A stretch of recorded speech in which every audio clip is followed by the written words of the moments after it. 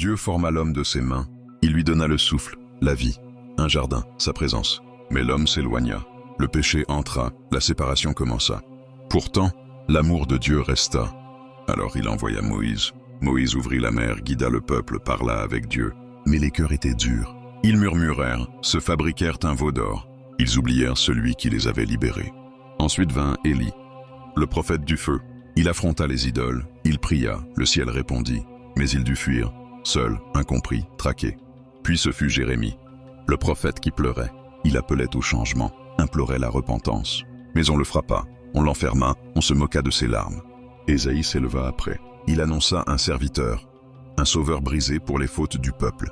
Mais ses paroles restèrent lettres mortes dans bien des cœurs. Et Dieu dit alors, « Je leur enverrai mon fils. Peut-être écouteront-ils mon fils. » Le ciel descendit. Par une vierge, il prit chair. Il naquit dans une étable parmi les bêtes, sans place pour lui. Il marcha sur la terre.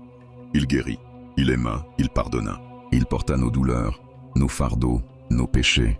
Et pourtant, on l'arrêta, on le frappa, on cracha sur lui. Le roi fut traité comme un criminel, couronné d'épines, suspendu entre ciel et terre, cloué, sanglant, silencieux.